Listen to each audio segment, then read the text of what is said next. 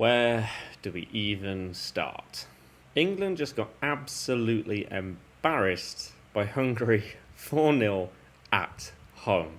The worst home defeat in 95 years. Against a Hungary side that haven't beat us in 60 odd years as well. Firmly bottom of the Nations League group.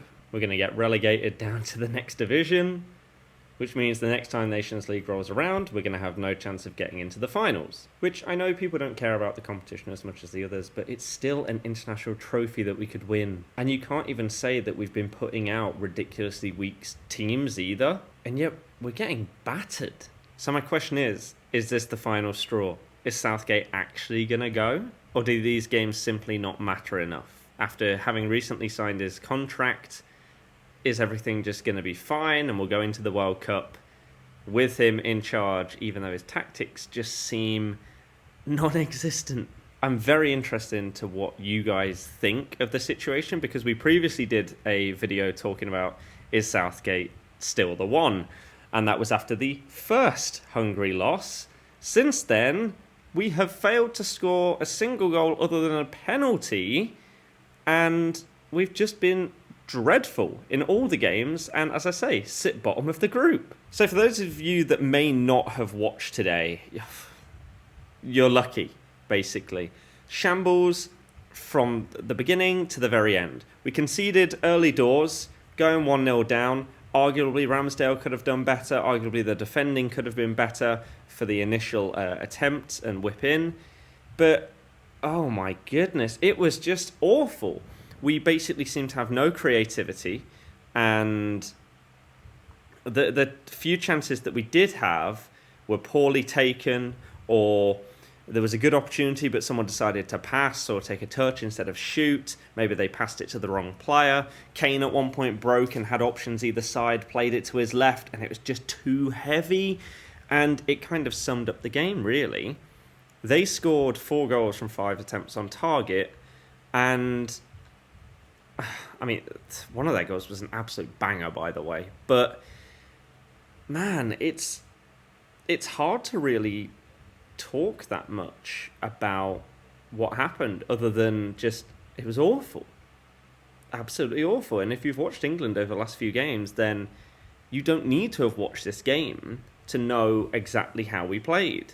Southgate again with defensive tactics, even against a team like Hungary, lacking creativity. Now, he said previously, for example, and I don't mean to bring it up every time we talk about England, but you've just had your best playmaking midfielder that's English or the best this season in James Maddison, has just watched you concede a load of goals and score one, which was a pen, in 4 games, 2 of which are against Hungary. And he's sat at home. Mount just hasn't been good in that position. I know Foden's been ill, but surely that's one of the first things you need to look at, is your creativity. Wingers just haven't been up to scratch. The midfield, it's just... The thing, we got quality players. Really, really quality players. And so it's just bizarre how bad we are. The defence is all over the place. Ramsdale didn't have a good game. Gallagher had a dreadful, dreadful game. Kyle Walker, I've said it for years, I don't rate him as a defender. I don't think he's very good. I'm going to interject myself here because I completely forgot about the red card that was probably the most BS yellow card decision I have ever seen. So this was at 3-0, I believe. John Stones had already been booked earlier in the game. He got a second yellow for a man running into him. And not one where maybe they were running through on goal and you purposely stood in front of them to block them off. No.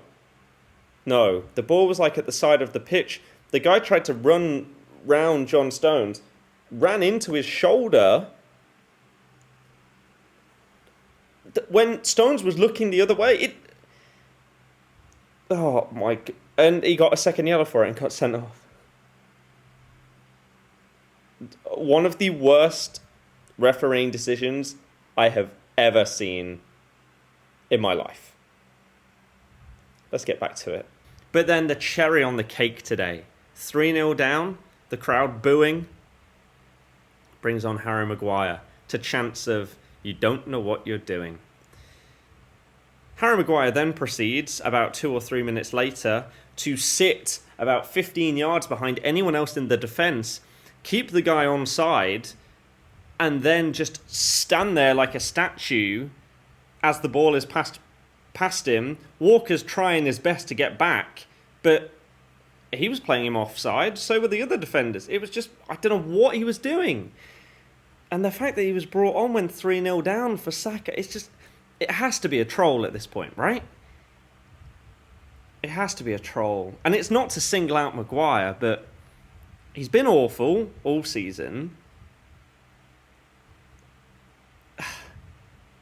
I don't get the reasoning for bringing him on, other than, yet again, Southgate has his favourites and he wants them to play as much as possible. And it's just mind-blowing. So, yeah, that was the 4th goal. Just, honestly, I don't understand. I've said the same thing recently, and so I don't want to go over it too much because I don't want to just repeat myself 100 times when doing these sort of like England-based videos, but a better manager probably would have won the World Cup with us. Bare minimum got us to the final, and they would have won the Euros. With the runs that we've had and the players that we have at our disposal, they would have won. They would have won. And so it's really upsetting that it feels like a bit of a, do I say golden generation? We've got so much talent, and it just feels like it's being put to waste. So what's the next step? Basically, does Southgate stay? I think he probably does. He's got that contract. I think he'll stay until the end of the World Cup, no matter how well we do. And I think that will then finally be it. And I said this in the previous specific Southgate video. I feel like he's done the same as Ollie did at Man U. He sort of got people behind him and really, really having faith in the squad, the manager and everything like that going forward, and actually having a bit of belief. But then stayed too long, showed the limitations, and is now, after going up, is now just coming down. Exactly the same as what happened to Solskjaer. He went from being the guy that was sort of, yeah, he might not have been the best manager in the world, but he was bringing a bit of togetherness and he was trying to get that cohesion there. But then it got to the point where he was clearly out of his depth and was not good enough to take them to the next level. I think that's the same as what we've got with Southgate here. Now, I don't know who you could possibly bring in for the World Cup. One of the problems is that it's in the winter.